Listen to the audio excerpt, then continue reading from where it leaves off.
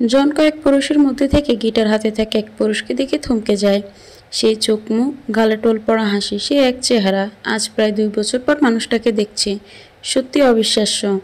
না, যতটা নিজের ভাগ্যকে খারাপ ভেবেছিল তা নয়।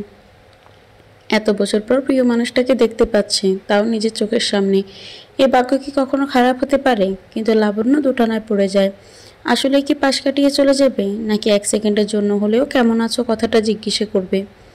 আচ্ছা, মানুষটা কথা বলবে ওর সাথে, নাকি মুখ ফিরিয়ে নেবে?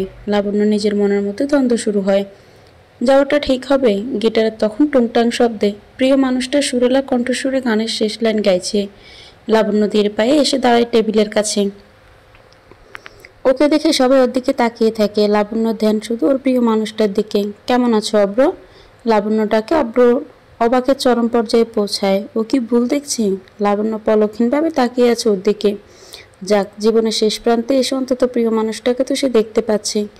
এরপর ওর যদি কিছু হয়ে যায়, জীবনটাই যদি শেষ হয়ে যায়, তবুও শান্তি। আর কি আছে ওর জীবনে? তবু ওই মানুষটাকে এক পলক দেখে চোখ বন্ধ করতে পারলেই শান্তি। অব্র গিটারটা টেবিলে রেখে উঠে দাঁড়ায়। লাবণ্যকে কয়েকবার ডেকেও যখন সাড়া পায় না, তখন ওর চোখের সামনে তড়ি মারে। লাবণ্য চমকে চোখের পাতা ফেলে। হাসি মুখে অব্র জটপট বলে ওঠে, আমি বিন্দাস আছি। আর কতটা ভালো থাকলে মানুষ গান গায়, হাসি খুশি থাকে, তা নিশ্চয় আমাকে দেখেই বুঝতে পারছো। হুম, তুমি ভালো থাকো সর্বদা, তাই দোয়া করি। লাবণ্য মিনমিনে গলায় বলে উঠল, বাই দ্য ওয়ে, তুমি এখানে? বুঝেছি, নতুন বিয়ে হয়েছে, নিশ্চয় হাজব্যান্ডের সাথে টাইম স্পেন্ড করতে এসেছো। কেমন আছেন তোমার হাজব্যান্ড? লাবণ্য চোখ বড় করে তাকায় অব্রুর দিকে। তার মানে অব্র জানে ওর বিয়ে হয়েছে। হাজব্যান্ড তুমি জানো? আমি সরি, বিয়ে করেছো অথচ তোমাকে অভিনন্দন জানাতে পারিনি। তোমার হাজব্যান্ডকে ডাকো, দুজনকে না হয় একসাথে উইশ করব, ভালো হবে। অব্রর মুখে হাসি রেখা ফুটেই আছে। লাবণ্য ধরা গলাতেই বলে ওঠে, আমার হাজব্যান্ড আসেনি অব্র, আর আমি এখানে ওনার সাথেও আসিনি। আমি তো তোমাকে এক পলক দেখার জন্য তোমার কণ্ঠস্বর হঠাৎ শুনে তোমার চোখের দেখা দেখতে এসেছিলাম। লাবণ্যর কথায় মুখের হাসি বিলীন হয়ে যায় অব্রের। এতক্ষণ ওর বন্ধুরা ওদের কথা শুনছিল। অব্র লাবণ্যকে কিছু বলতে চাওয়ার আগে নিজের বন্ধুদের দিকে একবার তাকিয়ে নেয়। ওর বন্ধুরা চোখের ভাষা বুঝে নিয়েও ওকে একা করে বের হয়ে যায়। অব্র আবার খুঁটিয়ে খুঁটিয়ে লাবণ্যকে দেখতে থাকে। অতিরিক্ত কাদার ফলে লাবণ্যর চোখ দুটো ফুলে গেছে, ঠোঁটটা শুকনো লাগছে। দেখেই মনে হচ্ছে ওর কিছু একটা হয়েছে। অব্র প্রশ্নতারী চোখে লাবণ্যর চোখে চোখ রাখে। তোমাকে এত ক্লান্ত লাগছে কেন লাবণ্য? লাবণ্য অব্রর থেকে চোখ সরিয়ে নেয়। আমি আসছি অব্র, তোমার খোঁজ খবর নিতেই তোমার সামনে এসেছিলাম। লাবণ্য চলে যেতে নিলে অব্রর হাতটা ধরে নেয়। লাবণ্যকে এক চেয়ারে টেনে বসিয়ে দেয় অব্র। আমার প্রশ্ন উত্তরটা দিয়ে যাও। কি? তোমার চোখ মুখের এমন অবস্থা কেন? তোমার তো এই কিছুদিন হলো বিয়ে হয়েছে, নতুন বউদের তো এমন অবস্থা হয় না। আমাকে এক পলক দেখার মানে কি? বিয়ের পরেও স্বামীকে ছাড়া অন্য পুরুষকে দেখতে এতটা আগ্রহী? এটা কিন্তু ঠিক নয়। শুধুই অবশ্য তুমি আর কি বলবে? তুমি তো কিছুই বলতে পারো না। আচ্ছা, বললে না তো। আমায় এখানে যে এসেছো, তোমার স্বামী আসেনি কেন? আমি আমার স্বামীকে ছেড়ে চলে এসেছি। অব্র কিছুক্ষণের জন্য একদম চুপ হয়ে যায়। লাবণ্য কি বলছে? বুঝলাম না তোমার কথা। নাইবা বুঝলে? তোমার বুঝে আর কাজ কি? অব্র সশব্দে হেসে ওঠে। লাবণ্য অব্রর মুখের দিকে তাকিয়ে থাকে। মানুষটা হাসছে। হ্যাঁ, তা ঠিকই বলেছে, কিন্তু তোমার বাবা একজন সুপাত্রের সাথে তোমার বিয়ে দিল, কিন্তু তুমি ছেড়ে চলে এলে, সেটাই আমার ভাবার বিষয়। না মানে তুমি তো আবার তোমার জীবনে তোমার বাবার কথাই বেশি মানো।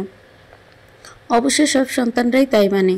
তোমার বাবার কথা রাখার জন্যই তো তুমি আমাকে ছেড়ে চলে গিয়েছিলে। তোমার বাবার পছন্দের পাত্রকেই বিয়ে করবে, তাই তো করলে, কিন্তু ছেড়ে চলে এলে কেন? তোমার স্বামী কি তোমাকে ডিভোর্স দিবে?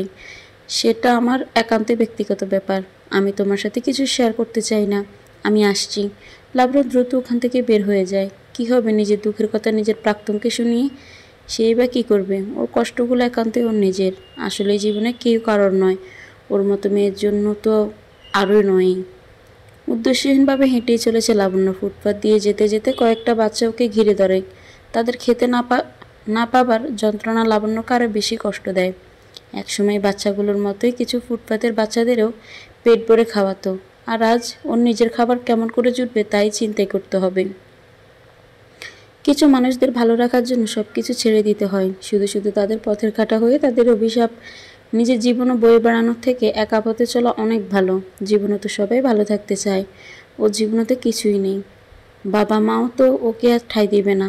একটা মাত্র বড় ভাই, সেও তো আর ওকে পছন্দ করে না। ও তো প্রত্যেকের জীবনেই কাটা। এই তো প্রিয় মানুষটাও কথায় কথায় কীভাবে আঘাত করলো। ফুটপাতের দিকে তাকিয়ে চোখের পানি ফেলছে লাবণ্য। এটাই ওর ঠিকানা হবে আজকের পর থেকে। বাচ্চাগুলোকে ধরে ওখানে দাঁড়িয়ে থাকে লাবণ্য। এসে বাচ্চারা এই নাও খাবার। খাবার দেখে বাচ্চাগুলো ছুটে যায়। লাবণ্য দেখে প্রত্যেকটা বাচ্চা হাতে খাবারের প্যাকেট নিয়ে খুব খুশি। অব্রর হাত থেকে বাচ্চাগুলোর খাবারের প্যাকেট দিতে দেখে মৃদু হাসে লাবণ্য। তো এবার আর অব্রর সাথে কথা বলে না, পাশ কাটিয়ে চলে আসতে থাকে। অব্র হাসি মুখে বাচ্চাগুলোর হাতে খাবার দিচ্ছে। লাবণ্য চলে আসতে গেলেও সামনে একটা গাড়ি এসে দাঁড়ায়। একজন ড্রাইভার লোক গাড়ির দরজা খুলে ওকে গাড়িতে উঠতে বলে। ও অবাক দৃষ্টিতে তাকিয়ে থাকে লোকটির দিকে। অব্র খাবার দেওয়া শেষ করে লাবণ্যর হাত ধরে এক প্রকার জোর করে গাড়ির ভিতরে বসিয়ে দেয়।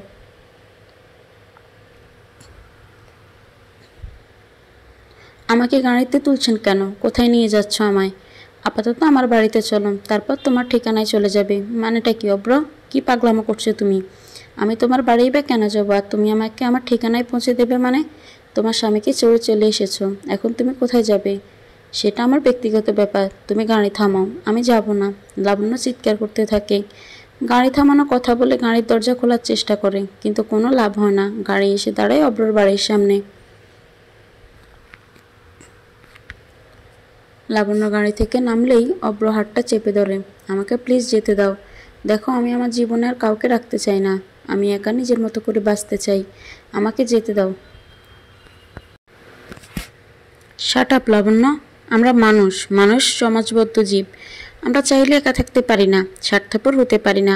আমাদের অনেক রীতিনীতি নিয়মের মধ্যে চলতে হয়। লাবণ্য একটু শান্ত হয়, অব্রকে বোঝার চেষ্টা করে। হঠাৎ এমন কথা বলছে কেন অব্র? আর স্বার্থপর কেন বলছে ও? অব্র লাবণ্যর হাত ধরে বাড়ির ভিতরে নিয়ে যায়। একটা রুমের মধ্যে নিয়ে যায় লাবণ্যকে। লাবণ্যর হাতে একটা শাড়ি ধরিয়ে দেয়। দেখো লাবণ্য, তুমি অনেক ক্লান্ত, তুমি ফ্রেশ হয়ে নাও।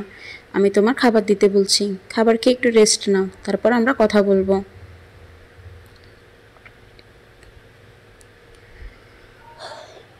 রোমানিয়া বেগম মেয়েকে হাজার বুঝিয়েও পারছেন না। আতিক সাহেবও বেশ কয়েকবার ধমক দিয়ে মেঘলার সাথে কথা বলেছেন, কিন্তু মেঘলা সেই এক কথা, তোমরা কেন বুঝতে চাইছো না? লাবণ্য তো আমার সাথে নিবিড় ভাইয়াকে বিয়ে দেওয়ার কথা বলেছে, তাহলে কেন তোমরা বুঝছো না? আমাকে বিয়ে দাও না নিবিড় ভাইয়ার সাথে। পাগল হয়ে গেছিস তুই? বিয়ে দাও, বিয়ে দাও। লাবণ্য নিবিড় স্ত্রী। আজ না হয় রাগ করে আবেগে চলে গেছে, কিন্তু কালো কি ফিরে আসতেই হবেই এই সংসারেই। শিলা বেগম কড়া গলায় কথাগুলো বলে উঠলেন। উনি মনে প্রাণে দৃঢ় বিশ্বাস করেন লাবণ্য ফিরে আসবেই। লাবণ্য এতটাই ক্লান্ত ছিল যে ফ্রেশ হয়ে খাবার খাওয়ার সাথে সাথে ঘুমের রাজ্যে পাড়ি দেয়। চোখ খুলে দরপড়েই উঠে বসে। জানলার বাইরে তাকিয়ে দেখে সন্ধ্যা নেমে গেছে। কিছু না ভেবে তড়িঘড়ি করে উঠতে গেলে লাবণ্যর চোখ আটকে যায় ওর পাশে বসে থাকা মানুষটির দিকে।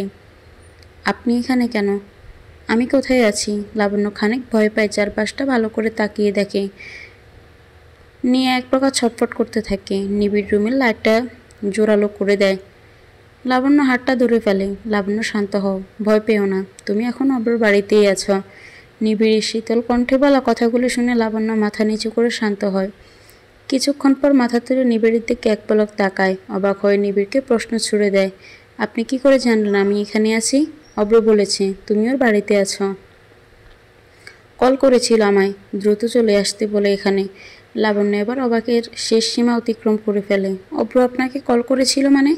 আমি তো অব্রকে আপনার ফোন নাম্বার দিইনি। তাছাড়া আমি তো আমার ফোনটা সাথে নিয়েও আসিনি যে আমার ফোন থেকে আপনারা। অব্র আমার এক ভাই লাবণ্য। আমরা জিগরি দোস্ত, বন্ধু কম ভাই বেশি, তফাৎ শুধু আমাদের রক্তের সম্পর্কে। লাবণ্য অস্পষ্ট সুরে বলে ওঠে, অব্র আপনার বন্ধু? কবে থেকে? সেদিন থেকে স্কুল যাওয়া শুরু করেছি। তার মানে অব্র জানতো আপনার সাথে আমার বিয়ের কথা। তোমাদের সম্পর্কের শুরুটা এবং তোমাদের সম্পর্কের শেষটাও আমার জানা লাবণ্য।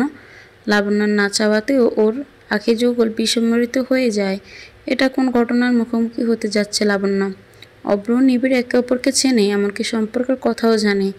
লাবণ্যর কান মাথা গরম হয়ে আসে, চারপাশটা ঘুরতে থাকে। এমন ভয়ঙ্কর কিছুর সাথে যে লাবণ্যকে মুখোমুখি হতে হবে তা যে ওর কল্পনার বাইরে।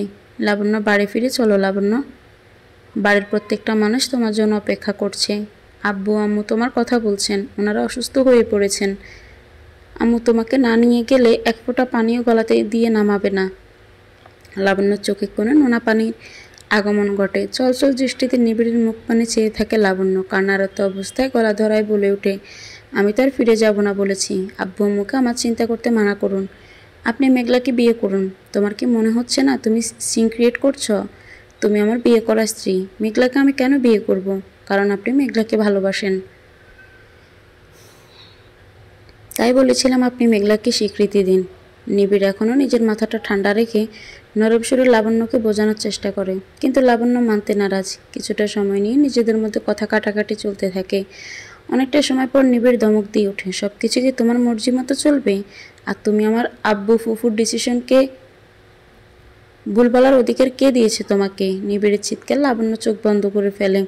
অপর পাশে মুখ ঘুরিয়ে বলে, আমি জানি আপনি মেঘলাকে কতটা ভালোবাসেন, আর মেঘলাও আপনাকে। আর তাছাড়া আমি একটা মেয়ে হয়ে নিবিড় লাবণ্যর বাহু ডোরে চেপে ধরে। লাবণ্য ব্যথা পেলেও তাতে দাঁত চেপে সহ্য করে নেয়। মেয়ে হয়ে কি? হ্যাঁ, মেয়ে হয়ে কি বলো আমায়। লিসেন লাবণ্য, আমাদের বিয়েটা হয়ে গেছে। আমি তোমার সাথেই সংসার করব। তাই আমি তোমার কোনো কথাই শুনবো না। তুমি এখন আমার সাথে বাড়ি যাবে, এটাই ফাইনাল। জোর করে সংসার করবেন না? মানে মনের মধ্যে মেঘলাকে রাখবেন আর আমাকে সকলের সামনে স্ত্রী বলে পরিচয় দিবেন?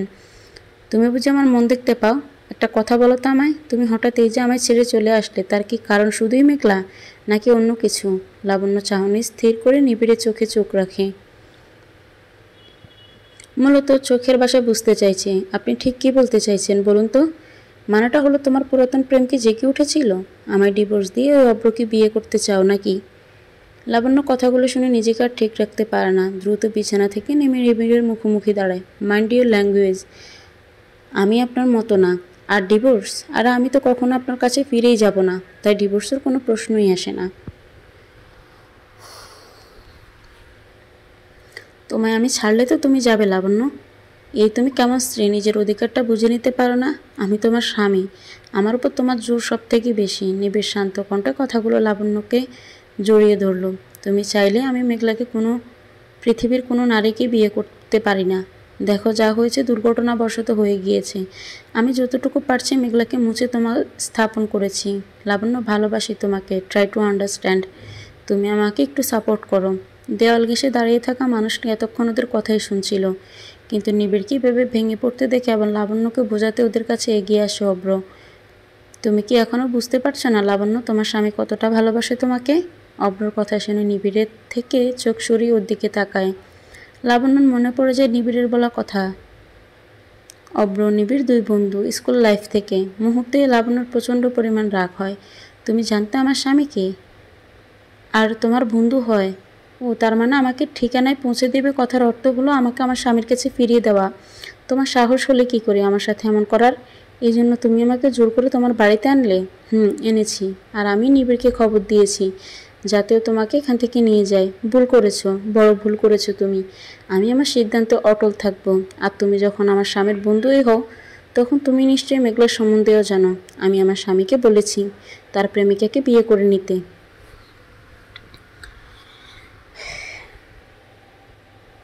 অসাধারণ সিদ্ধান্ত তোমার, কিন্তু তোমার চাওয়াতেই সব কিছু ঠিক হবে না, বুঝতে পেরেছ? যাও, স্বামীর সাথে বাড়ি ফিরে যাও। বললাম তো আমি যাব না। আমাকে আপনারা এখান থেকে যেতে দিন, আমাকে আমার মতো থাকতে দিন। লাবণ্য চিৎকার করে কথাগুলো বলে রুম থেকে বেরিয়ে যেতে চায়। নিবিড় লাবণ্যর হাতটা ধরে নিয়ে নিজের কাছে টেনে এনে লাবণ্য নিবিড় থেকে নিজেকে ছাড়াতে চেষ্টা করে। এত যে তেজ দেখছি, তা কোথায় যাবে শুনি? বাবার বাড়িতে তার জায়গা হবে না। আমি আমার নিজের ব্যবস্থা ঠিকই করে নেব। ছাড়ো না আমাকে। ছেড়েও দিব। তোমার ব্যবস্থা তুমিই করো, তবে আমাকে ছেড়ে যাওয়ার আগে ডিভোর্সটা দিয়ে যাও। নিবিড়ের মুখে ডিভোর্স কথাটা শুনে লাবণ্যর বুকটা ছ্যাঁত করে উঠল। ভিতর থেকে চাপা কান্না দল বের হয়ে আসতে লাগলো। লাবণ্য নিজেকে সামলে নিয়ে কাপা গলায় বলে উঠল, ডিভোর্স? আপনি পেপার রেডি করেন, আমি সাইন করে দিচ্ছি। নিবিড় একটা তাচ্ছিল্যের হাসি দিয়ে বলে ওঠে, তুমি চাইলে কি ডিভোর্স দিতে পারবে? ডিভোর্স দেওয়ার কি এতই সোজা? ডিভোর্স দেওয়ার কি এতই সোজা? নিবিড় তাচ্ছিল্য করে লাবণ্যকে কথাগুলো বলে। লাবণ্য ছটপট উত্তর দিয়ে ফেলে, মানুষ চাইলে সব কিছুই খুব সহজেই করে ফেলতে পারে। একটা প্রশ্ন উত্তর দেবেন আমায়? বলুন। কি? তুমি যে আমাকে ডিভোর্স দিবে বলছো, তা কি শুধুই মেঘলার জন্য, নাকি এর পিছনে অন্য কারণ আছে? মানে কি বলতে চাইছেন আপনি? আমি বুঝতে পারলাম না। নিবিড় মৃদু হেসে বলে, মানেটা হলো তুমি তোমার প্রাক্তনের কাছে থাকতে চাও, তোমার অসম্পূর্ণ প্রেম সম্পূর্ণ করতে চাও। কথাগুলো লাবণ্যর বুকে তীরের মতো বিঁধল। শেষ পর্যন্ত এমন কথা ওকে শুনতে হলো। অব্র বাঁকা চোখে নিবিড়ের দিকে তাকিয়ে থাকে। লাবণ্য চেঁচিয়ে এক আঙুল উঁচু করে নিবিড়কে বলে ওঠে, মুখ সামলে কথা বলুন নিবিড় সাহেব, সবাইকে নিজের মতো ভাববেন না। আমি আর যাই করি আপনার মতো কাজ আমি কখনোই করব না। নিবিড় লাবণ্যের হাতটা শক্ত করে ধরে চড়া মেজাজে বলে ওঠে, কি আমার মতো কাজ কি করেছি বলো? আপনি জানেন না, ভুলে গেছেন? মনে করিয়ে দিতে হবে? যে পুরুষ স্থির থাকা সত্ত্বেও অন্য নিবিড়ের আর রাগ সংবরণ হয় না। লাবণ্যর হাতটা পেছনে মুড়িয়ে ধরে। চুপ, একদম চুপ, বারবার সেই এক কথা বলছি। আমার আবেগের বশে ভুল করে মেঘলার নাম নিয়ে ফেলেছি। তুই সামান্য একটা কথা কেন মেনে নিতে পারছিস না? ব্যাপারটা এমন করছিস মনে হচ্ছে আমি তোকে রেখে মেঘলার সাথে ইন্টিমেট হয়েছি। আমার লাগছে, ছাড়ুন। লাবণ্য সশব্দে কেঁদে ফেলে। অব্র এতক্ষণ অন্যদিকে মুখ ফিরিয়ে ওদের কথাগুলোই শুনল। লাবণ্যর কথাই ওদের কাছে এসে নিবিড়ের কাছ থেকে লাবণ্যকে সরিয়ে নেয়। অব্র গরম চোখে নিবিড়ের দিকে তাকিয়ে বলে ওঠে, ভাই তুই কথাগুলো একটু সমাজে বল। আর তোর কি মনে হয় আমি তোর সংসার ভাঙবো? যার থেকে আমি মুখ ফিরিয়ে নিই তার দিকে পুনরায় আর মুখ ফিরাই না। তুই কি আমায় চিনিস না নাকি বিশ্বাস করিস না? তোর স্ত্রী আমার আর প্রাক্তন প্রেমিকা নয় নিবিড়, সেটা তুই অন্তত খুব ভালো করেই জানিস। ও আমার কল্পনাতেও নেই। নিবিড় অব্রের কাঁধে হাত রেখে একটা দীর্ঘশ্বাস ফেলে বলে, ভাই প্লিজ তুই আমার কথায় কিছু মাইন্ড করিস না। আর কথাগুলোতে আমি তোকে মেনশন করেও বলিনি, সেজন্যই তো শুধুমাত্র লাবণ্যর অসম্পূর্ণ প্রেম সম্পূর্ণ করার কথা বলেছি, তোমাদের নয়। দেখো অব্র, আমি টায়ার্ড। আর কত বোঝাবো বলতো ওকে? ওকে জিজ্ঞাসা কর না, আমি ওকে কত বুঝিয়েছি। ভিখারির মতো ওর কাছে ভিক্ষা চাইছি যেন আমাদের কাছে ফিরে আসে, কিন্তু ও বারবার মেঘলার কথা বলেই চলেছে। ও মানতেই রাজি নয় যে আসলে সংসারটাই করতে চাইছে না। ভাই তুই শান্ত হ, তুই আমার উপর ভরসা করিস তো। আমি যখন তোকে বলেছি লাবণ্যকে তোর কাছে ফিরিয়ে দিব তখন দিব। আর লাবণ্যর কথাই বা তুই এত গুরুত্ব দিচ্ছিস কেন? তুই ওর স্বামী, তুই যখন বলছিস ওর সাথে সংসার করবি তখন তোর কথাই শেষ কথা হবে। প্রয়োজন পড়ে তুই জোর করেই ওর সাথে সংসার করবি। ও তোকে ছেড়ে চলে যাবে বললেই কি আর তুই ছেড়ে দিবি? ওর উপর তোর সম্পূর্ণ অধিকার আছে। নিবিড় লাবণ্যর দিকে তাকিয়ে কথাগুলো বলে ওঠে। লাবণ্য নিজের হাতটাও ফুফিয়ে উঠছে। অব্র লাবণ্যর কাছে এসে দাঁড়ায়। লাবণ্য নিজের চোখের পানি মুছে নিয়ে উল্টো দিকে মুখ করে ঘুরিয়ে থাকে। অব্র নিবিড়ের দিকে তাকিয়ে বলে, নিবিড় তুই কি আমার স্ত্রীর সাথে 15 মিনিট একা কথা বলার সুযোগ দিবি?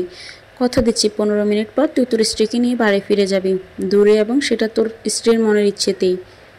নিবিড়ের মুখে হাসি ফুটে ওঠে। চোখের কোণে থাকা এক বিন্দুর কণা মুছে নিয়ে রুম থেকে বের হয়ে যায়। লাবণ্য কানে বাজতে থাকে অব্রের বলা কথাগুলো। যার থেকে আমি মুখ ফিরিয়ে নিই ও আমার কল্পনাতেও নেই। লাবণ্য অব্রের দিকে তাকিয়ে চোখ বড় করে রুদ্র শ্বাসে বলে ওঠে, আমার সাথে কথা বলার অধিকার আপনার নেই। আপনাকে কে বলেছে আমার জীবন নিয়ে কথা বলতে?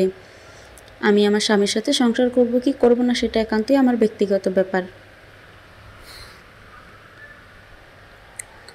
তাই ভালো হয় আপনি আমার ব্যাপারে নাক না গলান। অব্র মুচকি হাসি দিয়ে নিজের মনের বলে নেয়, রাগটা এখনও এক আছে, রাগ হলেই তুমি হয়ে যায় আপনি।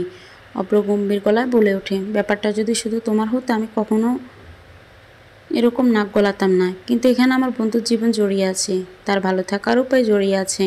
লাবণ্য কাঁপা গলায় বলে ওঠে, আপনার বন্ধুর ভালো থাকা, ভালো জীবনের জন্য তো তাকে তার প্রিয় মানুষটির হাতে তুলেই দিয়ে এসেছি, যাতে উনি ভালো থাকেন, সুখে থাকেন। তুমি কি নিজেকে হার স্বীকার করে নিচ্ছ লাবণ্য? লাবণ্য স্নান গলায় বলে ওঠে, হার? কিসের হার? হার তো তখন হয় যখন কারোর সাথে প্রতিযোগিতা করা হয়, লড়াই করা হয়। এখানে কে কার সাথে লড়াই করছে? আর প্রতিযোগিতা তাও আমি কারোর সাথে করছি না। আর কাকে নিয়েই বা করব? কেন, তোমার স্বামীকে নিয়ে মেঘলার সাথে? তুমি তো মেঘলাকে জিতিয়ে দিচ্ছ লাবণ্য। তুমি না লড়াই করলেও মেঘলা করছে তোমার পেছনে, তুমিই বা কেন পিছিয়ে থাকবে? নিবিড় তোমার স্বামী, মেঘলা কেউই নয়। মেঘলা শুধুমাত্র নিবিড়ের অতীত, তোমায় ভুলিয়ে দিতে হবে। তুমিও মেঘলাকে চোখে আঙুল দিয়ে দেখিয়ে দাও নিবিড় তোমার স্বামী, আর সারা জীবনও তোমার সাথেই থাকবে। লাবণ্য বিচলিত হয়ে ওঠে। ওর মন একবার চাইছে হ্যাঁ ওর স্বামীর কাছে ফিরে যাবে, কিন্তু মনটা মেঘলার জন্য কষ্ট হচ্ছে। মেঘলার মুখটা বেশি উঠলে লাবণ্যর মনটা কষ্টে ফেটে যাচ্ছে, কিন্তু মেঘলার সাথে যে অন্যায় করা হবে। এমনিতেই পরিবারের ভুল নেওয়ার সিদ্ধান্ত অনেক কষ্ট পাচ্ছে, উনিও পাচ্ছেন। কিসের অন্যায় লাবণ্য? তোমার স্বামী কি তোমার নিজের মুখে বলেছে যে ও মেঘলাকে ভালোবাসে? এখনও মেঘলাকে চাই? অব্র লাবণ্য দু বাহু ডোরে বলে ওঠে। লাবণ্য, নিবিড় যখন নিজ থেকে চাইছে অতীত ভুলে তোমার সাথে সংসার করতে, তাহলে তুমিই বা কেন মেনে নিতে পারছো না? লাবণ্য, অতীত বলতে যে কী পরিমাণ যন্ত্রণা আর সময় লাগে সেটা নিশ্চয়ই তুমিও বুঝো। যেখানে নিবিড় তো আপ্রাণ চেষ্টা করছে, আবেগের বশে কী না কী করে ফেলেছে, সে ছোট্ট ভুল নিয়ে তুমি এত বড় সিদ্ধান্ত কেন নিচ্ছ? দেখো লাবণ্য, জন্ম মৃত্যু বিবাহ এসব কিছুই সৃষ্টিকর্তার হাতে থাকে। এখানে আমরা মানুষের চাইলেও কিছু করতে পারি না, আর যা করে থাকি তা সৃষ্টিকর্তা মঞ্জুর করে বলে তা ঘটে থাকে। তোমার আমার সম্পর্কটা সৃষ্টিকর্তা মঞ্জুর করেননি, তাই তো আমরা এক হতে পারিনি। এখানে তোমার বাবারও কোনো ভূমিকা নেই। ঠিক তেমনই মেঘলা আর নিবিড়ের সম্পর্ক, সৃষ্টিকর্তা তোমায় আর নিবিড়কে এক করতে চেয়েছেন, আর তাই তো তোমাদের বিবাহ হয়েছে। নিবিড় নিজের হৃদয়ে তোমার জায়গা দিতে চেয়েছে, আর তোমার হাতে আংটি তার প্রমাণ। লাবণ্য নিজের আঙুলের আংটিতে 2 আঙুল স্পর্শ করে বুকে ঠেকায়। আসলে হয়তো অব্র কথাগুলো ঠিক বলছে। লাবণ্য, ঠান্ডা মাথায় ভাবো একবার, কোনো মেয়ে তার স্বামীর ভাগ অন্য কাউকে দিতে চায় না, তা লাভ ম্যারেজ কিংবা অ্যারেঞ্জ ম্যারেজ হোক। স্বার্থপর হও লাবণ্য, তুমি না চাইলে তোমার স্বামী কোনো মেয়েকেই তার মনে আসতে দিতে পারবে না। একমাত্র তুমিই পারবে মেঘলাকে ভুলিয়ে দিতে। তুমি নিজের অধিকার ছেড়ো না। নিবিড় অব্রকে জড়িয়ে ধরে এক প্রকার কেঁদেই ফেলে। অব্র নিবিড়ের পিঠ চাপড়ে অট্টহাসিতে ফেটে পড়ে। শালা, তুই কাঁদছিস কেন? তোর স্ত্রীকে তো আমি ফিরিয়ে দিলাম, এখানে কাঁদার কোনো মানেই হয় না। হ্যাঁ, আমি যদি তোর বউকে নিয়ে বেগে যেতাম তখন না হয় কাঁদতিস, মানত। সে তুই আমাকে যাই বল, আজ তোর জন্য আমি লাবণ্যকে ফিরে পেয়েছি। তোর জন্যই তো আমার সংসারটা পুনরায় জীবিত হলো রে। আমি আজ খুব খুশি। আমি জানি তো, তোকে খুশি করার জন্য আমি সব পারি। আর হ্যাঁ, তুই যাতে সারা জীবনের জন্য লাবণ্যকে নিয়ে সুখে সংসার করতে পারিস তার ব্যবস্থা আমি অতি শীঘ্রই করব। গাড়ির মধ্যে পিনপতন নীরবতা। ড্রাইভ করে চলেছে নিবিড়। মাঝে মাঝে আর চোখে দেখে যাচ্ছে লাবণ্যকে। হালকা ঠান্ডার মধ্যে লাবণ্য গাড়ির কাঁচ নামিয়ে মৃদু বাতাস অনুভব করছে। পানিগুলো অযোধ্যারায় এখনো বয়ে চলেছে লাবণ্য চোখের কোণ বেয়ে। গাড়ি থেকে নেমে লাবণ্য এক দৃষ্টিতে তাকিয়ে আছে বাড়ির দিকে। আজ সকালে ওই বাড়ি ছেড়ে বেরিয়ে গিয়েছিল, আর কখনো এই বাড়িতে আসবে না এমন প্রণ করেছিল, হয়তো নিজের মনের অজান্তেই। কিন্তু ভাগ্যের পরিহাসে ওকে আবার সেই ফিরে আসতেই হলো, কিনা নিজের স্ত্রীর অধিকার নিয়ে। ওর ভাগ্যটা এমন না হলেও পারত। এতে কিছুর ভাবনার মধ্যে হঠাৎ ওর মনে হয় ওর হাওয়ায় ভাসছে। ওকে নিবিড় কোলে তুলে নিয়েছে। ও এক প্রকার চোখ গরম করে নিবিড়ের দিকে তাকায়। গভীর কণ্ঠে বলে ওঠে, এ কি, আপনি আমায় কোলে তুললেন কেন? নিবিড় উচ্ছ্বাসের সহিত বলে ওঠে, তোমার বাড়ির ভিতরে নিয়ে যাব বলে। আমায় নামিয়ে দিন, আমার পা ভালো আছে। নিবিড় সাহেব, আমি হেঁটেই বাড়ির ভিতরে ঢুকতে পারবো। নিবিড় মৃদু হেসে বলল, এতদিন তো আমিও জানতাম তোমার পা আছে, আর পা ছিল বলেই তো আমায় ছেড়ে চলে গিয়েছিলে। কিন্তু গাড়ি থেকে নামার পর তো তুমি একদম মূর্তির মতোই হয়ে গেছো। তোমায় ডাকলাম, হাত ধরে টানলাম, তুমি তো একটুও নড়লেও না, চললেও না। তাই ভাবলাম তোমায় কোলেই তুলিনি। লাবণ্য নিবিড়ের কোল থেকে নামার জন্য ছটফট করতে থাকে, কিন্তু নিবিড় লাবণ্যকে নামায় না। শক্ত করে ধরে কোলে নিয়ে বাড়ির ভিতরে ড্রয়িং রুমে নিয়ে আসে।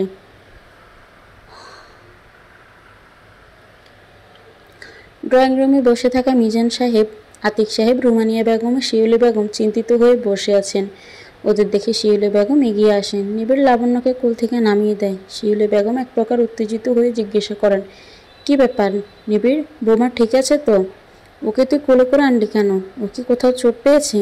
না মা, তোমার বৌমা একদম চোট পায়নি। আসলে সারাদিন হাঁটার ফলে হয়তো পা ব্যথা হয়ে গেছে। অবশ্যই এটা আমার অনুমান। যাক, আমি শুনে শান্তি পেলাম মা। ভাগ্যিস ঠিক সময়ে অব্র পৌঁছেছিল, তা না হলে আমরা তো চিন্তায় শেষ হয়ে যাচ্ছিলাম। লাবণ্য নিবিড়ের বুকে ধাক্কা মেরে ওকে ইশারায় নামানোর কথা বলে। নিবিড়ের সামনে গুরুজনদের জন্যই বাধ্য হয়ে ওকে কোল থেকে নামিয়ে দিল। লাবণ্য মাথা নিচু করে দাঁড়িয়ে আছে। শিউলি বেগম লাবণ্যকে জড়িয়ে ধরে। লাবণ্যর হাত ধরে বলে, এ তুমি আমাদের কী শাস্তি দিচ্ছিলে মা? তুমি নিজের অধিকার ছেড়ে চলে যাচ্ছিলে সামান্য একজন মেয়ের জন্য? মা, বিয়েটা যে কোনো ছেলে খেলা নয় গো। রুমানিয়া বেগম লাবণ্যের কাছে এসে লাবণ্যকে ধরে এনে সোফায় বসিয়ে দেয়। তুমি কাজটা একদম ঠিক করোনি মা। দেখো মা, আমরা তোমাদের গুরুজন। আমরা তোমাদের জন্য যা সিদ্ধান্ত নিয়েছি তা ভালোর জন্যই নিয়েছি। আমরা চাইলে মেঘলাকে আর নিবিড়ের বিয়ে দিতে পারতাম, কিন্তু মা, সব কিছুর তো একটা নিয়ম থাকে। সব কিছু চাইলেই তো আর পাওয়া সম্ভব নয়। মা, তুমি নিজের আত্মসম্মানের জন্য চলে গিয়েছিলে, আমি সেটা কিছুটা হলেও বুঝেছি। দেখো মা, বিয়েটা যখন হয়ে গেছে আর নিবিড় যখন চাইছে সব কিছু ঠিক করতে, তোমার সাথে সুখে সংসার করতে, তাই বলে কি তুমি পুনরায় নতুন করে শুরু করো সব কিছু? লাবণ্য ছলছল চোখে রুমানিয়া বেগমের মুখের দিকে তাকিয়ে অস্পষ্ট সুরে বলে ওঠে, মেঘলা। আতিক সাহেব সোফা ছেড়ে উঠে আসে লাবণ্যর সামনে, গম্ভীর গলায় বলে ওঠে, তোমায় আর মেঘলা চিন্তা না করলেও চলবে। শোনো লাবণ্য, তুমি আমার ছেলের বৌমা। তোমায় আমি পছন্দ করে এই বাড়ির বউ করার জন্য এনেছি, আমার ছেলের বউ করে। এটা যখন আমার বাড়ি, তাই এখানে আমার কথাই শেষ কথা।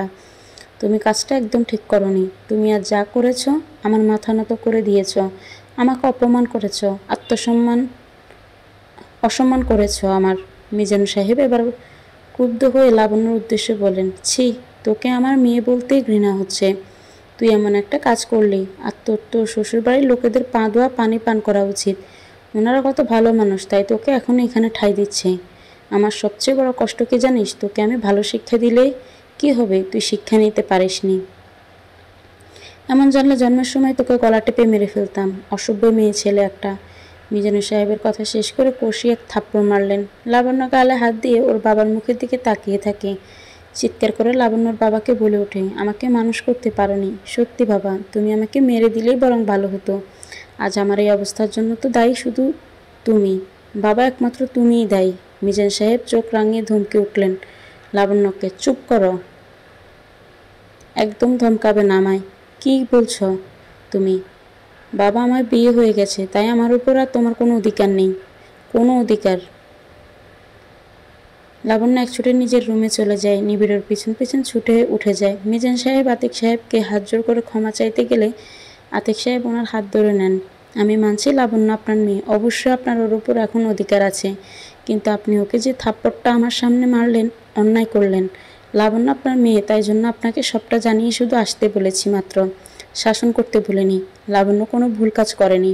আমার মতো যা করো ওর পক্ষে সেটাই ঠিক। কিছু মনে করবেন না মিজানুর সাহেব, আপনি এবার আসতে পারেন। লাবণ্য এখন আমাদের বাড়ির বউ। আমরা আমাদের সমস্যা মিটিয়ে নেব, ভালো থাকবেন। আতিক সাহেবের জোরহাত করে বলা কথাগুলো শুনে মিজান সাহেব বেশ অপমানিত হন, তাই তিনি আর কোনো কথা না বাড়িয়ে মাথা নিচু করে চলে যান। মিজানুর সাহেব চলে গেলে রুমানিয়া বেগম এক প্রকার ঝাঁঝিয়ে বলে ওঠে, এই ভদ্রলোকটা এমন কেন? আমরা তো ভেবেছিলাম উনি হয়তো লাবণ্যকে এটা নিয়ে বোঝাবেন, কিন্তু এ তো দেখি হিতে বিপরীত।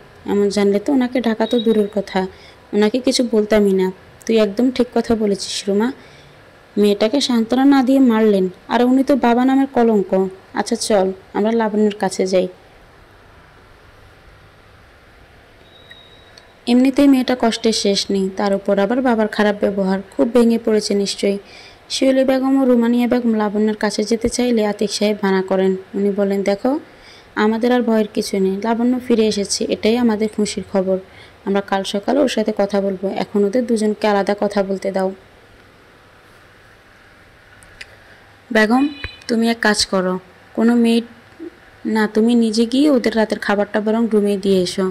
লাবণ্য বালিশ খামচে ধরে কাঁদছে, নিবিড়ের পাশে বসে চুলে বিলি কেটে দিচ্ছে, মূলত ওর কান্না থামানোর চেষ্টা করছে। দেখো লাবণ্য, তুমি যদি মেঘলার কথা ভেবে কাঁদো তাহলে বলবো কাঁদো, আমি কিছু বলবো না, কিন্তু তুমি যদি তোমার ওই জল্লাদ বাপের জন্য কাঁদো তাহলে বলবো বোকামো করছো। এই তো তোমার সেই বাবা, যার জন্য তুমি তোমার প্রেমটা সম্পূর্ণ করতে পারোনি। নিবিড়ের কথায় লাবণ্যর কান্নাটা হালকা হয়, বিছানা থেকে উঠে বসে পড়ে। নিবিড় লাবণ্যকে চোখের পানি মুছিয়ে দিয়ে কপালে চুমু দিয়ে জড়িয়ে ধরে। লাবণ্য, মেঘলা বলে আর কেউ নেই, তার কথা আর মনে রেখো না, সব বলে নতুন করে শুরু করো। আমিও চেষ্টা করছি, তুমি সাহায্য করলে পুরোটা ভুলে যাব। সকাল থেকে আজ আকাশের মুখ ভার, রিঝিরিঝির বৃষ্টির সাথে মাঝে মাঝে ভারী বৃষ্টিপাত হচ্ছে। বিছানার এপাশ কোণে বসে অশ্রুপাত করছে মেঘলা। বেশি কিছু চায়নিও, শুধু চেয়েছিল ভালোবাসার মানুষটির সাথে সংসার করতে, কিন্তু সেটা ভাগ্য ছিল না তো। ওর পোড়া কপালে সেই সুখ কোথায়? তা না হলে নিবিড়ের জায়গায় অব্র নামক মানুষটাকে স্বামী হিসেবে পেতে হয়। ভেবেছিল লাবণ্য চলে গেলে নিবিড় ওকে বিয়ে করবে, ওকে স্বীকৃতি দিয়ে নিজের স্ত্রী বানাবে, কিন্তু গতকাল অব্রের ফোন কলে ওর সব স্বপ্ন ভেঙে চুরমার করে দেয়। অবশ্যই এতে ওর মার অবদান বেশি। গতকালের ঘটনা, লাবণ্য চলে যাওয়ার পর মেঘলাই সব থেকে বেশি খুশি হয়, মনে মনে অনেক ধন্যবাদ জানায় লাবণ্যকে। আজ লাবণ্যকে পুনরায় ও সব কিছু ফিরিয়ে দিয়েছে। সেই খুশিতেও নিজেকে তৈরি করে নববধূ সাজে, আয়নায় দাঁড়িয়ে নিজের সাজ দেখে গুনগুনিয়ে গেয়ে ওঠে। খিলখিলিয়ে হেসে ওঠে মেঘলা। ও একদম রেডি, লাবণ্য থেকেও বধূ সাজ ওকে আরো বেশি ভালো লাগছে। তাই নিবিড় ওকে ফেরাতেই পারবে না। আজকেই হবে নিবিড় আর ওর বিয়ে। মেঘলা শাড়ির কুচি ধরে নিয়ে দ্রুত সিঁড়ি বেয়ে নেমে আসে ড্রয়িং রুমে। নিবিড় সোফায় নিজের মাথায় হাত রেখে বসে আছে। মনে তার উল্টো পাল্টা ভাবনা, চিন্তা। প্রথমত, লাবণ্য ভুল কিছু করে বসবে না তো? দ্বিতীয়ত, ওর কোনো ক্ষতি হবে না তো? তৃতীয়ত, মেয়েটা কোথায় গেল? কোথায় খুঁজবে ওকে? নিবিড় ভাইয়া দেখো, আমি বউ সেজে তৈরি। আমার বিয়ে করবে তো এবার তুমি? আমি লাবণ্য থেকে অনেক ভালো বউ হয়ে দেখাবো তোমায়। বিয়ে করো না আমায়। নিবিড় স্তব্ধ হয়ে থাকে। মূলত এই মুহূর্তে লাবণ্য চিন্তায় মগ্ন। মেঘলার সব কথাগুলো ওর মাথার উপর দিয়ে গেল। নিবিড় শুধু ফ্যালফ্যাল মেঘলার মুখের দিকে তাকিয়ে থাকে। এমনিতেই বাড়ির সবার লাবণ্য চিন্তায় পাগল প্রায় অবস্থা, তার উপর মেয়ের এমন কাণ্ড। কারখানা দেখে রুমানিয়া বেগম অপ্রকৃতিকর অবস্থা। ভাগ্যিস ভাইয়া ভাবে ভালো বলে এখনো পর্যন্ত ওদের এই বাড়িতে রেখেছে। তা না হলে ছেলের সংসার ভাঙছে এমন মেয়ে কি কেউ বাড়িতে রাখে? মেঘলাকে দেখে রুমানিয়া বেগমের রাগটা প্রখর হয়। মেয়ের হাত ধরে টান দিয়ে সরিয়ে নিয়ে আসে নিবিড়ের কাছ থেকে। মেয়ের গালে 3-4টা থাপ্পড় মেরে দেয়। শিউলি বেগম বাধা দেওয়ার জন্য হাত তুলে বারণ করতে গেলেও থেমে যায়। আসলে মেয়েটার শাসন প্রয়োজন। সঠিক সময় সবাই যদি শাসন করত, তাহলে হয়তো এমন দিন দেখতে হতো না। আজ তোর জন্যই এমন অবস্থা। লাবণ্য চলে গেছে শুধুমাত্র তোর জন্য। আর কি বিয়ে করছিস? হ্যাঁ, তুই এত বড় হয়ে গিয়েছিস যে আমাদের কথা শুনবি না? তুই নিবিড়কে বিয়ে করার জন্য এত উতলা কেন? ভালোবাসিস তাই না? তুই ভুলবি না নিবিড়কে, মনে রাখবি। কিন্তু আমি মা হয়ে চুপ করে থাকবো না, আর এসব কিছু সহ্যও করবো না। তুই যাতে লাবণ্য নিবিড়ের সংসারে নাক না গলাতে পারিস আর ওদের সম্পর্ক নষ্ট না করতে পারিস, তার ব্যবস্থাও আমি করব। মেঘলা রুমানিয়া বেগমের হাত দুটো ধরে চিৎকার করে কেঁদে বলে, মা তুমি কি করবে? তুমি নিবিড়ের সাথে আমাকে বিয়ে দিয়ে দাও। আর লাবণ্য তো কখনোই আসবে না, ও তো ছেড়ে চলেই গেছে, আমাকে সবটা ফিরিয়ে দিয়ে গেছে। তোমরা কেন আমাদের এক হতে বাধা দিচ্ছ? পুনরায় রুমানিয়া বেগম মেয়ের গালে থাপ্পড় মারলেন। দ্বিতীয় থাপ্পড় মারার জন্য হাত তুলতে গেলে উনি থেমে যান। নিবিড়ের ফোনে একটা কল আসে। কল করে ওর বন্ধু অব্র। এমনিতেই মন মেজাজ ভালো না থাকায় কথা বলতে কারোর সাথে ইচ্ছে করছে না। কিন্তু অব্রর প্রাণের বন্ধু, ওকে তো সবটাই জানাতে হবে। কল রিসিভ করতে ওপাশ থেকে বলে ওঠে, লাবণ্যর খোঁজ। নিবিড় এক চোটে দ্রুত বের হয়ে যায় মেঘলা বা কেউই বোঝার আগে। মেঘলার পাগলামি আরও বেড়ে যায়। নিবিড়ের পিছনে পিছনে মেঘলা ছুটতে গেলে রুমানিয়া বেগম খপ করে মেয়ের হাতটা ধরে ফেলে। তুমি আর কোনো কিছুতেই সমস্যার সৃষ্টি করবে না মেঘলা, হাত জোর করছি। তারপর মেঘলাকে একটা রুমের মধ্যে বন্ধ করে রাখে ওর মা। ও দরজা ধাক্কা দেয় অনেকবার, কেউ খোলো না। তখন গণিতে রাত 9টা। মেঘলার রুমের দরজা খোলা হয়। মেঘলা এক আশায় আলো খুঁজে পায়, এভাবে হয়তো নিবিড় এসেছে তাই দরজা খুলেছে। মেঘলা চোখের পানি মুছে হাসি মুখে দরজার কাছে গিয়ে অনেকটাই অবাক হয়ে যায়। নিবিড়ের জায়গায় ওর বন্ধু অব্র। কিছু বুঝে ওঠার আগে মেঘলাকে হাত ধরে টেনে নিয়ে যায় অব্র। মেঘলা ছাড়ানোর চেষ্টা করে নিজের হাতটা। চিৎকার করে মা মামা মামিকেও ডেকে কাউকেই পাশে পায় না। অব্র জোর করে ওকে কাজী অফিসে নিয়ে যায়। অব্রের পিছু পিছু বাড়ির সবাই চলে আসে। এক প্রকার জোর করে মেঘলাকে অব্র বিয়ে করে নেয়। মেঘলার হাজার আকুতি মিনতি কেউ শুনে না। বর্তমানে হঠাৎ চোখে পানি পড়ায় মেঘলা কেঁপে ওঠে, ভাবনার জগৎ থেকে বের হয়ে আসে। অব্র মেঘলার দিকে একটা তোয়ালে ছুড়ে দেয়। সারা রাত তো কান্না করেছ, নিজেও ঘুমাওনি আর আমাকেও ঘুমোতে দাওনি। এবার অন্তত একটু বিশ্রাম নাও, ফ্রেশ হয়ে এসো, রেডি হও, গেস্টরা এবার আসতে চলেছে। আফটার অল আজ আমাদের রিসেপশন। আমার দাদিও আসছে তোমায় দেখতে, উনি এখন থেকে এখানেই থাকবে। আমি এয়ারপোর্ট যাচ্ছি দাদিকে আনতে। মেঘলা কিছু বলার আগে অব্র গাড়ির ছাবি নিয়ে বের হয়ে যায়। মেঘলা থম মেরে পুনরায় বিছানায় বসে পড়ে। আয়নার সামনে দাঁড়িয়ে মাথা আঁচড়িয়ে চোখে হালকা করে কাজল টেনে নেয় লাবণ্য। নিবিড় কোথা থেকে এসে লাবণ্যর চুলটা খোপা করে বেলি ফুলের মালা পরিয়ে দেয়। লাবণ্য চুলে হাত দিয়ে দেখে নিবিড় বেশ ভালোভাবে ওর চুলের খোপাটা করে দিয়েছে। লাবণ্য অবাক হয়ে প্রশ্ন ছুড়ে দেয় নিবিড়ের দিকে, আপনি খোপা করতে পারেন? নিবিড় প্রত্যুত্তরে হেসে বলে, পারি তো। শাড়ির কুচি দূরে দেওয়া, শাড়ি পরিয়ে দেওয়া সব পারি। এখন আমি তোমাকে শাড়ি পরিয়ে নিজের হাতে সাজাবো। লাবণ্য অবাক হয়ে নিবিড়ের দিকে তাকিয়ে থাকে। মানুষটার সমস্ত কথাই যেন ওর মাথার উপর দিয়ে যাচ্ছে। অযোধ্যারে উষ্ট্রপাত করে চলেছে মেঘলা, যা ওকে সাজানোর পার্লার থেকে আগত মেয়েগুলোর বিরক্তি এবং অসুবিধার কারণ হচ্ছে। বিশেষত মেঘলার চোখটা রাঙাতে ওদের অনেকটা বেগ পেতে হচ্ছে। 4-5 বার মুছতে হয়েছে, কিন্তু মেঘলা বিরক্তি প্রকাশ করতে পারছে না, কিছু বলতেও পারছে না। তার কারণ অব্রের নিষেধ এবং মোটা অঙ্কের টাকা দিয়েছে। অব্র জানে মেঘলা সাজানোর সময়টাতেও কান্না করবে এবং সেটাই স্বাভাবিক। তার জন্য অনেক সময় ধরে মেঘলাকে সাজানো শুরু হয়েছে। 5 ঘন্টা পর মেঘলার সাজ কমপ্লিট হয়। পার্লারের মেয়েগুলো যেন হাফ ছেড়ে বাঁচল। ওকে ছেড়ে রুম থেকে সবাই বেরিয়ে গেলে মেঘলা বিছানা থেকে নেমে আয়নার সামনে দাঁড়ায়। লম্বা বড় ড্রেসিং টেবিলের আয়নায় নিজের আপাদমস্তক দেখতে থাকে মেঘলা। কি হচ্ছে এসব ওর সাথে? ও যে নিজেও নিজের চোখকে বিশ্বাস করতে পারছে না। এমনটা তো হবার কথা ছিল না। এই সাজেই তো ও সাজতে চেয়েছিল, কিন্তু সেটা তো নিবিড়ের জন্য। অব্র নামক কোনো মানুষের জীবন যে ওর জীবনের সাথে জুড়ে যাবে তা যে ও কল্পনারও অতীত। এতক্ষণ দূর থেকে মেঘলাকে পর্যবেক্ষণ করছিল অব্র। ব্লু কালারের লেহেঙ্গায় অতি মোহনীয় লাগছে মেঘলাকে। এরকম সাজেই তো লাবণ্যকেও দেখতে চেয়েছিল। হয়তো লাবণ্য এমন সাজবে, তাকে অন্য কেউ দেখবে। নিজের মনে কথাগুলো আড়িয়ে হেসে উঠে অব্র। নিজের স্ত্রী থাকা সত্ত্বেও অন্য নারীর কথা ভাবছে সে, এটা অন্যায়। আর লাবণ্য তো ওর ভাইসম বন্ধু নিবিড় স্ত্রী, সম্পর্ক ওর ভাবি। কী সব ভাবছে ও? গোড় কাটিয়ে মেঘলার দিকে মনোযোগ দেয় অব্র। গলা খাঁকড়িয়ে দিয়ে বলে ওঠে, হাসি মুখে নিচু চলো, দাদি সহ গেস্টরা সবাই অপেক্ষা করছে তোমার আমার রিসেপশন পার্টি শেষ। যত ইচ্ছে কেঁদো, বাধা দেব না তোমায়। আপাতত এখন চলো। মেঘলা ঝড়ের বেগে অব্রের পরনে পরে থাকা শেরওয়ানের কলারটা টেনে ধরে চিৎকার করে বলে, আপনি কেন আমার সাথে এমন করলেন? কেন আমার জীবনটা নষ্ট করে দিলেন? অব্র সাবধানে মেঘলার হাতটা ছাড়িয়ে নিয়ে হাসি মুখে বলে ওঠে, আমি তোমার জীবন নষ্ট করিনি, বরং তোমায় একটা ভালো সুস্থ জীবন দিতে চেয়েছি। তোমার ভালো থাকার দায়িত্ব নিয়েছি। তুমি যাতে ভালো থাকতে পারো এবং সুখী হও। সুস্থ জীবন মানে আমি কি অসুস্থ নাকি? আর তাছাড়া আপনি আমাকে ভালো রাখার দায়িত্ব নেওয়ার কে? আমি নিবিড় ভাইয়াকে ভালোবাসি। আমি আপনার সাথে থাকতে চাই না। তোমাকে আমার সাথেই থাকতে হবে।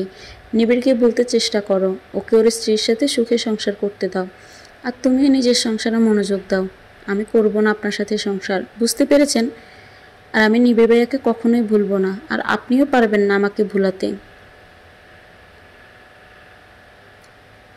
অব্র মেঘলাকে ধরে নেয়। মেঘলাকে আলতোভাবে জড়িয়ে ধরে বলে, কাম ডাউন মেঘলা, পাগলামো করো না। নিবিড় যদি তোমায় ভুলে লাবণ্যকে নিয়ে সংসার করতে পারে, তাহলে তুমি কেন পারবে না? আমি তো তোমাকে সাহায্য করব, স্বামীর প্রতিটি দায়িত্ব পালন করব, কথা দিচ্ছি। কিছুক্ষণের জন্য মেঘলার কান্না থেমে যায়। অব্রের মুখের দিকে তাকিয়ে অপলক দৃষ্টিতে তাকিয়ে থাকে। হয়তো সত্যি ও পাগলামি করছে। নিবিড় তো সবটা ভুলে লাবণ্যকে আঁকড়ে ধরেছে, তাহলে ওরও তো উচিত নিবিড়কে ভুলে অব্রকে আঁকড়ে ধরা। অব্র তো নিজেই সেই কথা বলেছে। চমক ভাঙে অব্রের ডাকে। অব্র হাত বাড়িয়ে ইশারায় মেঘলাকে ওর হাতে হাত রাখতে বলছে। মেঘলা বাধ্য মেয়ের মতো নিজের হাতটা অব্রকে ধরিয়ে দেয়। অব্র মুচকি হেসে মেঘলাকে নিয়ে নিচে আসে। মেঘলাকে নিয়ে নিচে নামার সাথে সাথে অব্রের দাদি সালমা বেগম মেঘলাকে ধরে এনে স্টেজের উপরে থাকা সিংহাসনে বসিয়ে দেন। মেঘলা চিবুক উঠে উঁচু করে সালমা বেগম মৃদু হাসেন। চাঁদের টুকরো বউ এনেছিস একটা, মুখটা দেখলেই সমস্ত ক্লান্তি অনায়াসে কেটে যাবে। তোমার পছন্দ হয়েছে তো দাদি? তুমি এমন সেরা জিনিস এনেছিস, আর আমার পছন্দ না হয়ে থাকতে পারে? সালমা বেগম নিজের দুটো হাতে থাকা কাকন খুলে নিয়ে মেঘলাকে পরিয়ে দেয়। আমার নাতি একটা চাঁদ এনেছে। আমি চাই চাঁদের আলোয় আমার বাড়ির নাতির জীবনটা আলোয় রঙিয়ে দিতে। তুই রাঙাবি নাতবো? আমার নাতির জীবনটা আগের মতোই রঙহীন করে দিতে পারবি না তো? মেঘলা যেন দো ঠেলায় পড়ে যায়। আসলে ওর কি করা উচিত? অব্র চাইছে ওর জীবনটা সুন্দর করতে, এদিকে দাদি চাইছেন অব্রের জীবনটা রঙিন করতে। গাড়ি ড্রাইভ করছে নিবিড়। নিবিড়ের দিকে এক দৃষ্টে তাকিয়ে বসে আছে লাবণ্য। লাবণ্যকে সুন্দরভাবে সাজিয়ে গাড়িতে বসিয়েছে নিবিড়। লাবণ্য প্রশ্ন করে চলেছে তারা কোথায় যাচ্ছে, কিন্তু নিবিড় কিছুই বলছে না। মুচকি হাসছে আর একটু একটু করে গাড়ির স্পিড বাড়িয়ে ড্রাইভ করছে। নিবিড়ের এমন কাজে লাবণ্যর রাগ হয়, তাই গাল ফুলিয়ে নিবিড়ের থেকে মুখ ঘুরিয়ে বাইরের দিকে তাকিয়ে থাকে। বেশ কিছুক্ষণ পর গাড়ি এসে থামে অব্রর বাড়ির সামনে। লাবণ্য গাড়ি থেকে নেমে অবাক হয়ে যায়। ওর মনে প্রশ্নের ঝড় ওঠে, নিবিড় কেন ওকে এখানে নিয়ে আসলো? অব্রের বাড়িটাই বা এত আলোয় সাজানো হয়েছে কেন? নিবিড়ের হাত ধরে ভিতরে ঢুকছে লাবণ্য। মনে প্রশ্নের ঝড়, কেন ও এখানে আসলো? মনের মধ্যে জড়তা কাটিয়ে বলেই ফেলে, আপনি আমায় এখানে কেন আনলেন নিবিড় সাহেব? অব্রের বাড়িতে কি কোনো অনুষ্ঠান চলছে? রিসেপশন পার্টি চলছে অব্রের রিসেপশন মানে অব্র বিয়ে করেছে? কেন, তুমি কি ভাবলে অব্র সারা জীবন চিরকুমার হয়ে যাবে? নিবিড় বাঁকা হেসে লাবণ্যকে কথাগুলো বলে। লাবণ্যর কাছে নিবিড়ের বলা কথাগুলো তাচ্ছিল্যের মতো মনে হয়। লাবণ্যর বুকে ভিতরটা ছেদ করে ওঠে, কাপা গলায় বলে ওঠে, আমি কখনো এমন ভাবিনি। কাল অব্রের এই বাড়িতেই ছিলাম, তখনও তো বুঝতে পারিনি ওর বিয়ে হয়েছে বলে। আজ হঠাৎ রিসেপশন পার্টি, তাই বলেছিলাম। লাবণ্য মনমরা কণ্ঠে শুনে নিবিড় বুঝতে পারে ও পুনরায় নিজের অজান্তে লাবণ্যকে কষ্ট দিয়ে ফেলেছে। খেয়াল করলে দেখবে হয়তো লাবণ্যর চোখের কোণে নোনা পানিতে আগমন। নিবিড় সব কিছু উপেক্ষা করে লাবণ্যকে একটা জায়গায় নিয়ে এসে থেমে যায়। লাবণ্য চারপাশটা দেখছে। হঠাৎ একজনকে দেখে ওর চোখ আটকে যায়, বধূ বেশে বসে থাকা মেঘলার দিকে। এবার যেন আকাশের চরম পর্যায়ে পৌঁছে যায় লাবণ্য। নিবিড়কে দেখে অব্র এক ছুটে এসে জড়িয়ে ধরে। নিবিড় হাসি মুখ আরও শক্ত করে জড়িয়ে ধরে অব্রকে। আজ তুই ছেলে বলে আমি নিজের জীবনটা সাজাতে পারছি, তুই সাহায্য করেছিলিস বলেই আমি লাবণ্যকে নিয়ে সংসার করতে পারছি। শালা, তুই ছিলি বলে আমার জীবনে আবার কোনো রমণের আগমন হয়েছে, আমিও সংসারী হয়েছি। তবে যাই বল ভাই, তোর এলেম আছে, তা না হলে আমায় শালা বানাতেও তুই ছাড়লি না। অব্র আর নিবিড় নিজেদের মধ্যে কথায় মশগুল হয়ে পড়ে। লাবণ্য গুটি গুটি পায়ে মেঘলার সামনে গিয়ে দাঁড়ায়। মেঘলা বসা থেকে উঠে দাঁড়ায়, দুজনের চোখের দিকে এক দৃষ্টিতে তাকিয়ে থাকে। মেঘলা লাবণ্যর চোখে নিজের ব্যর্থতা দেখতে পায়, আর লাবণ্য মেঘলার চোখে নিজের ব্যর্থতা দেখতে পায়, কারণ দুজনের চোখে নিজেদের প্রেমের ব্যর্থতা খুঁজে পায়। বেশ কিছুক্ষণ পর মেঘলা লাবণ্য একসাথে দুজনকে জড়িয়ে ধরে সশব্দে কেঁদে ফেলে। নিবিড় অব্র ওদের দুজনকে কাঁদতে দেখে হেসে ওঠে দুজনেই ঠিকই, কিন্তু তাদেরও চোখের কোণে পানি চিকচিক করতে থাকে। সময় বহমান, কেটে যায় 1 বছর। লাবণ্য, নিবিড়, মেঘলা, অব্র প্রত্যেকের জীবন চলতে থাকে, তবুও যেন কোথাও একটা প্রত্যেকের মনের কোণেই প্রত্যেকে রয়ে যায়। কিন্তু 4 জন দম্পতি ভালো থাকে সারা জীবন, আর তারা এভাবেই ভালো থাকুক।